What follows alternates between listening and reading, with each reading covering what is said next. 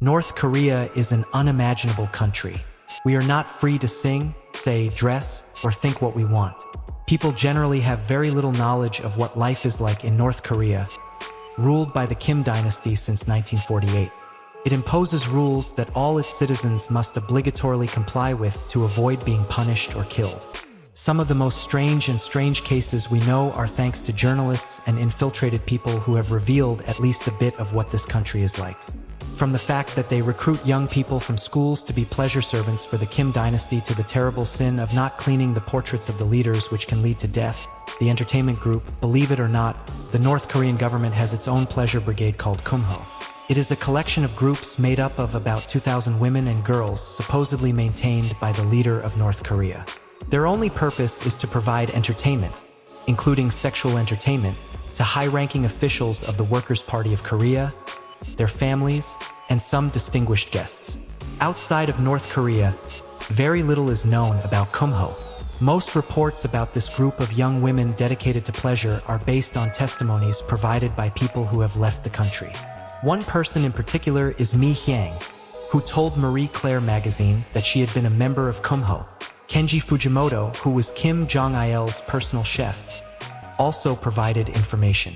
According to British journalist Jasper Becker, a former bodyguard revealed to him that each pleasure group was composed of 3 teams. The Manju, which is a satisfaction team, the Hobgo, a happiness team, and the Gamu, a dance and singing team.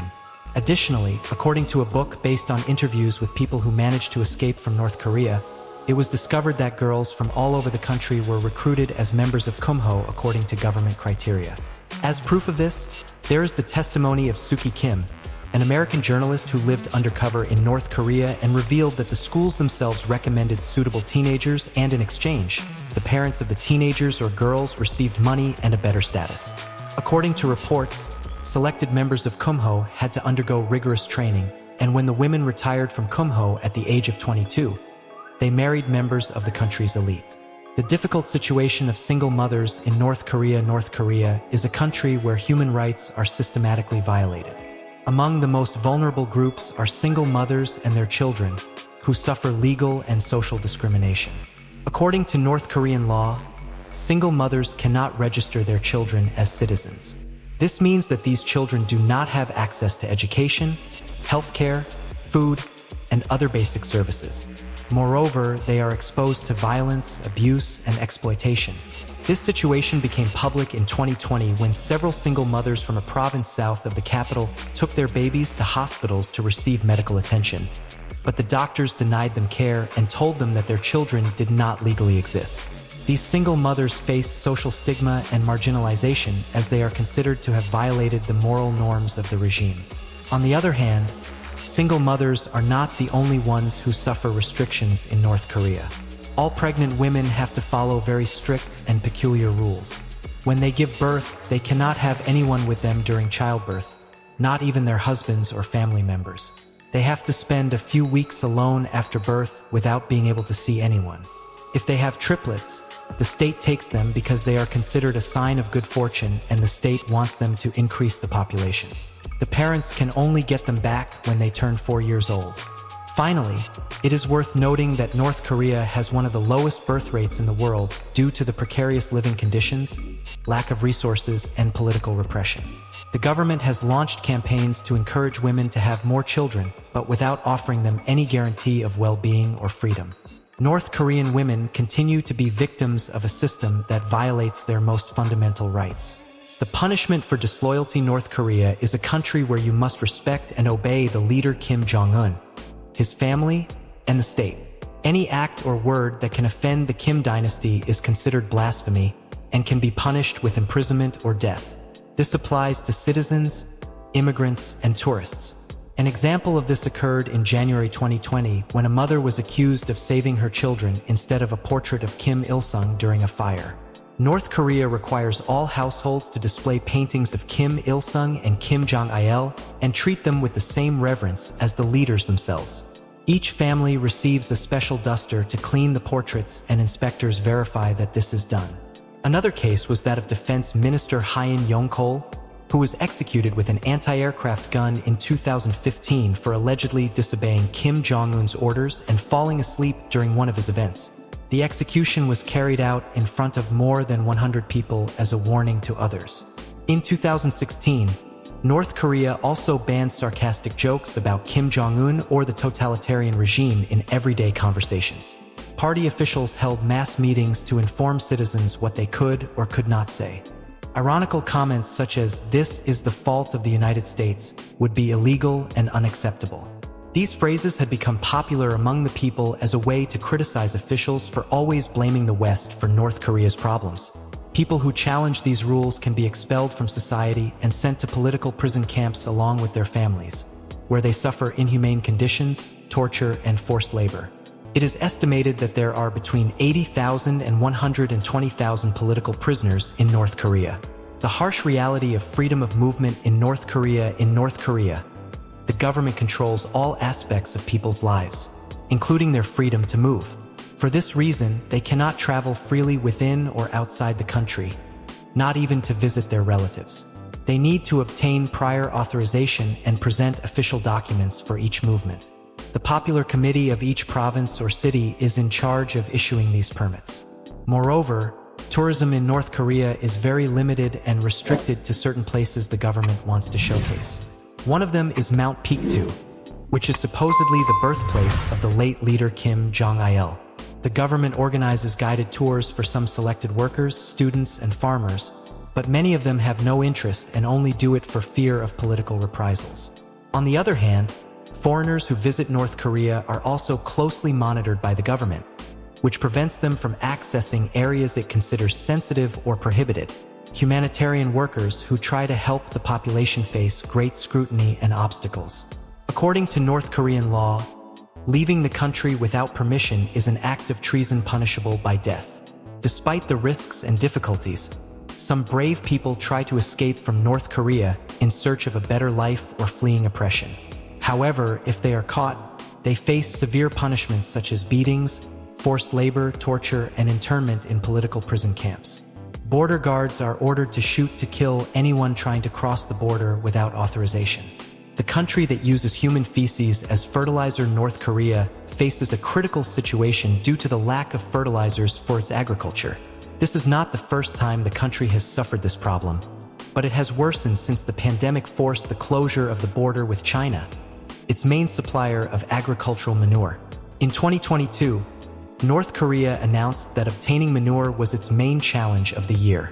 However, there are other reasons that explain the shortage. On one hand, the Kim regime prefers to invest in the military and nuclear weapons rather than agriculture. On the other hand, the country does not have the capacity to produce its own chemical fertilizers, and international sanctions prevent it from buying them abroad. Faced with this situation, North Korean farmers have had to resort to a desperate solution: using human feces as fertilizer. This practice began in 2010 when shops selling human excrement started to appear. Initially, farmers used the waste of their own families, but later human excrement became a valuable commodity and was openly traded. In 2014, Kim Jong-un officially ordered his people to use human and animal manure in the crops. Farmers had no choice but to comply, and human excrement was considered the best fertilizer. If a farming family did not produce enough waste and could not buy it, they could resort to stealing it from other houses. The isolation of North Korea. North Korea is a country that lives under the absolute control of its leader Kim Jong-un. The North Korean regime has been accused of committing serious human rights abuses against its population.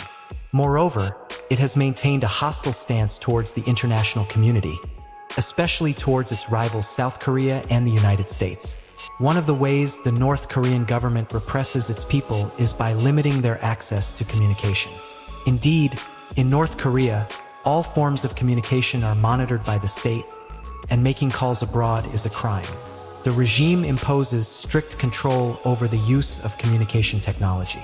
Any interaction with countries seen as enemies is not tolerated. According to a report by Amnesty International, North Korea has a mobile phone service used by more than 3 million people, but no international calls can be made on this network. Only a few privileged citizens and foreigners have access to the internet. Ordinary North Koreans cannot use their cell phones to call their relatives who have escaped the country. If they do, they can be sent to concentration camps or political prisons for violating this law. Most citizens who have fled the country live in constant fear of not knowing how their families are doing in their homeland. For this reason, the impossibility of contacting their loved ones leaves both sides in uncertainty about each other's well-being.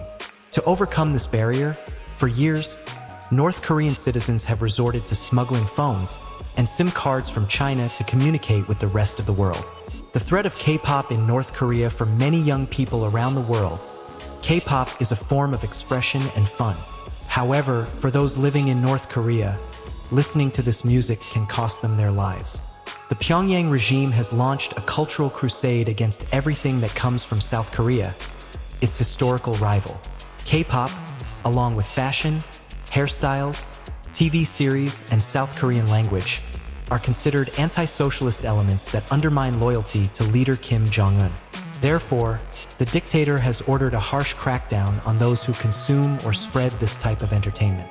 According to South Korean sources, at least 7 people have been publicly executed for watching or sharing K-pop videos. Kim Jong-un has called K-pop a vicious cancer that corrupts the minds of North Koreans. Since taking power, he has banned all forms of South Korean popular culture. Under a law passed in 2020, those who distribute this type of content can be sentenced to death. Additionally, Kim Jong-un has devised public executions to set an example for those who break the law. One of the cities that worries the regime the most is Ikkeon in South Korea, where North Korean defectors reside. From there, USB drives with South Korean entertainment are sent to North Korea, exploiting gaps in border control. Ikkeon has thus become the main source of external information for North Koreans, who discover a reality very different from what state propaganda shows them. K-pop is one of the most successful manifestations of South Korean culture, gaining worldwide fame thanks to groups like BTS. However, in North Korea, listening to this music can be an act of rebellion and resistance, but also of danger and death. The life of political prisoners in North Korea. In North Korea, the slightest slip can cost you your freedom. Many people are imprisoned without trial for absurd reasons like listening to foreign radio, throwing away a paper with Kim Jong-il's photo, or saying something the regime deems offensive. Sometimes they don't even know why they are arrested. The North Korean government uses fear as a weapon to control the population and crush any dissent. It threatens to harm the families of those who dare to question its authority. North Korean law has a principle called 3 generations of punishment. This means that if someone commits a crime, their children and grandchildren will also pay for it, sentenced to life imprisonment. Children born in prison are raised as inmates, as they are considered guilty by inheritance. Entire families have been imprisoned for minor offenses committed by just one of their members against the state. Distant relatives have suffered discrimination and job loss because of the actions of someone they may not even know. The feared internment camp of Kachon, also known as Camp 14, is the usual destination for many of these prisoners. The main purpose of this camp is to isolate individuals that the North Korean government sees as politically unreliable and exploit their labor. The camp houses officials who do not meet expectations, individuals critical of the regime, their children, anyone born within the camp, and anyone suspected of participating in activities against the government. Prisoners must work in coal mines or factories that produce textiles, paper, food, rubber, shoes, ceramics, and cement. Among the prisoners, raising livestock is considered a privileged job because it allows them to steal animal food and search for undigested grains in the animal's excrement. Gyeongdong, the village that doesn't exist. On the border between North and South Korea, there is a village called Gyeongdong. It was built by the North Korean government after the Korean War to show the world its prosperity and happiness. According to them, the village had schools, hospitals, and more than 200 families, but it was all a lie. The village was a hollow facade without people or life. The buildings were made of concrete with no windows or rooms. The lights were controlled by timers. The only people seen on the streets were caretakers cleaning the dust.